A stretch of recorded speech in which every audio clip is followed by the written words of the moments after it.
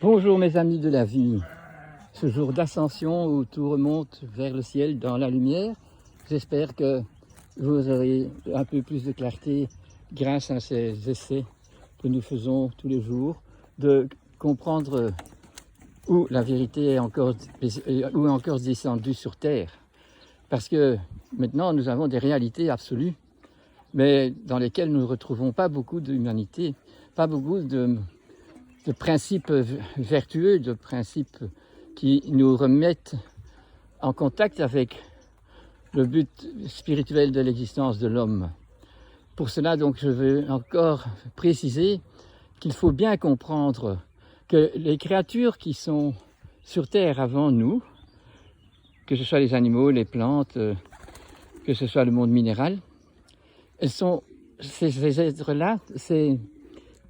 mondes-là sont donnés et en disposition pour l'homme, et elles contiennent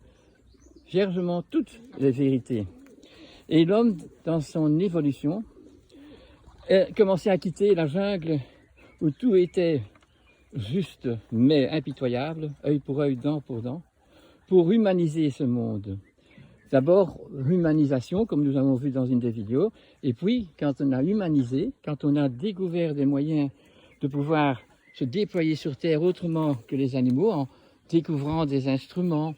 en comprenant maintenant comment manger, comment passer de la cueillette à la chasse, et de la chasse ne pas avoir abandonné la cueillette. Enfin, toutes ces choses-là, nos ancêtres ont appris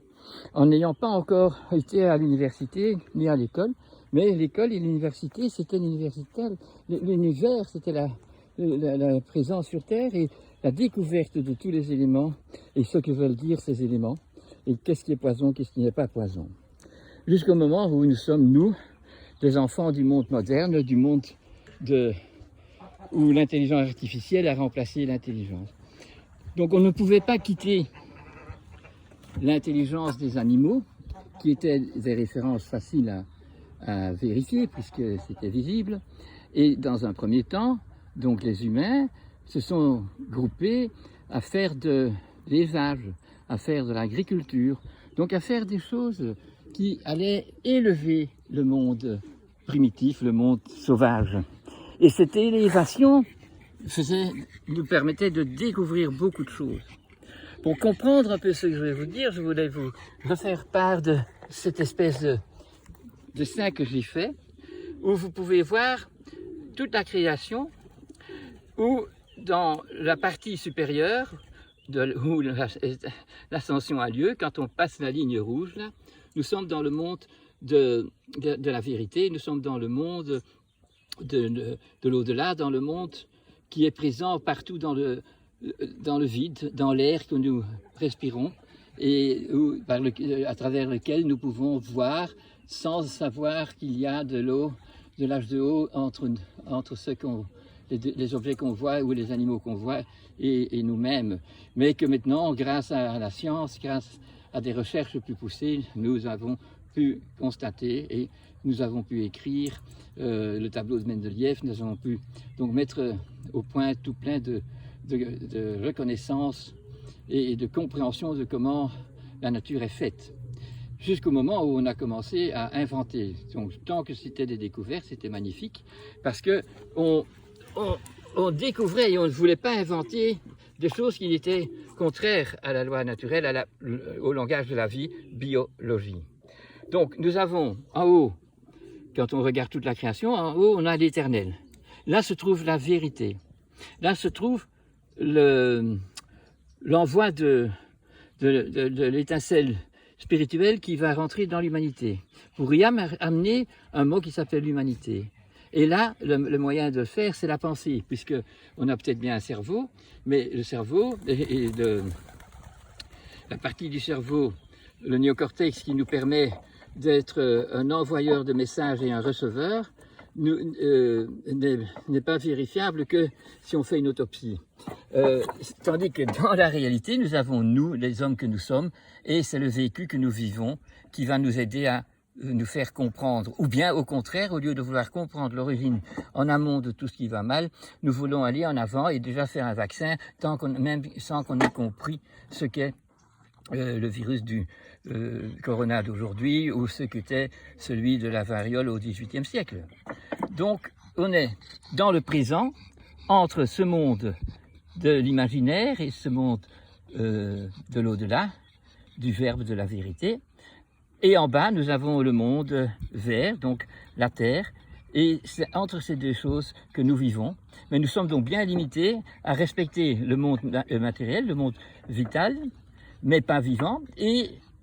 tout ce qui est vivant va s'interférer et donner des choses et des effets, mais on ne sait pas toujours les comprendre, les saisir. Mais nous devons maintenant savoir que tous ces animaux dont on parle ici, que ce soit le lion dans le sauvage, ou que ce soit le chien ou le chat ou le rat, mais ils ont tous des milliards de petites particules, des virus, ils ont tous des bactéries, et ils sont tous présents dans chacun de ces animaux. Le tractus digestif compte plus de cellules, nos cellules, et de virus et tout le reste, qu'il y a de cellules dans tous nos organes. Donc, ces choses-là, maintenant, nous le savons, mais au lieu d'en tenir compte, nous avons commencé à les attaquer, à prendre des antibiotiques, à faire des vaccins, à contrarier le fonctionnement normal du corps, qui est un instrument créé pour permettre à celui qui le loue, donc nous les humains, pour pouvoir fonctionner tout à fait bien. Donc, en ne faisant plus les choses comme il faut, et en détériorant l'environnement vert de nous, on a commencé avec la tuberculose, vous avez appris ça déjà, on a alors vu la variole se faire dans des endroits confinés, dans les villes, dans des étables, et là il y a M. Edward Jenner, au XVIIIe siècle, qui a fait une constatation assez intéressante. Il n'avait pas compris pourquoi la variole, le smallpox s'était fait, mais il avait remarqué que les filles qui trayaient les vaches et qui avaient sur leurs mains tout le temps le pu et les saloperies qui sortaient des pustules du crayon, que eux, même s'ils logeaient avec un mari qui avait la variole, ne l'attrapaient pas. Donc ce Jenner a d'abord essayé la variolisation, c'est-à-dire gratter le pus de quelqu'un qui était variolique, et le mettre sur quelqu'un qui était en principe en bonne santé. Et voilà que très souvent, ça marchait. Celui qui avait reçu ce contact pendant qu'il était en bonne santé se trouvait bien. Mais si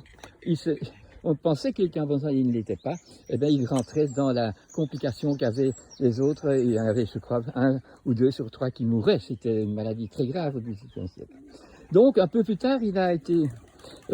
fait l'observation que quand on prend les productions de la variole, des pustules, qui contiennent donc le microbe ou le virus, il ne fallait même pas le savoir, le facteur, l'agent contagieux, eh bien, quand on le mettait, on scarifiait sur le bras et on contaminait la blessure avec ce pus, eh bien, il faisait une réaction et après ça, il n'était pas malade, il ne faisait plus la variole. Il a même été plus loin, l'enfant de son jardinier qu'il avait variolé, qu'il avait vacciné pour ainsi dire, et c'est pour ça qu'on appelle vaccin, parce que vaca c'est la vache, et donc le premier vaccin naturel qui a été fait, pas dans un labo mais sur place, dans les mains pas de l'inventeur, de celui qui découvrait, a donné le nom de vaccin. Et Pasteur n'était pas encore né. Ça viendra plus tard. Mais une fois qu'on est chez Pasteur, on a découvert beaucoup d'autres choses et on a commencé à appliquer, plus dans le sens de la santé, on a commencé à appliquer dans le sens de la facilité, dans le sens de l'industrialisation, dans le sens du commerce. Et on a quitté l'écologie, on a quitté notre direction de CEO de la planète. On est devenu producteurs économiques et les labos commencent à nous faire les triches parce qu'après ça, il n'y a que des mensonges au niveau des vaccins. On ne fait pas les choses comme il faut. Et pour le Covid maintenant, ça va encore être plus grave parce que les nouvelles technologies de vaccination, de fabrication de vaccins sont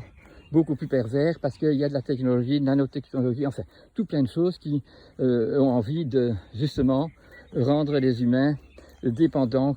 j'allais dire comme des agneaux ou comme des... Mais non, ce ne sont pas dépendants comme nous le serons quand nous serons tous bien vaccinés. Donc il est temps d'essayer de parler, de mieux comprendre les bactéries et les vaccins et les virus pour ne pas se laisser prendre à une manière tout à fait folle sur les milliards d'individus de la planète, d'essayer de leur donner un produit qui vient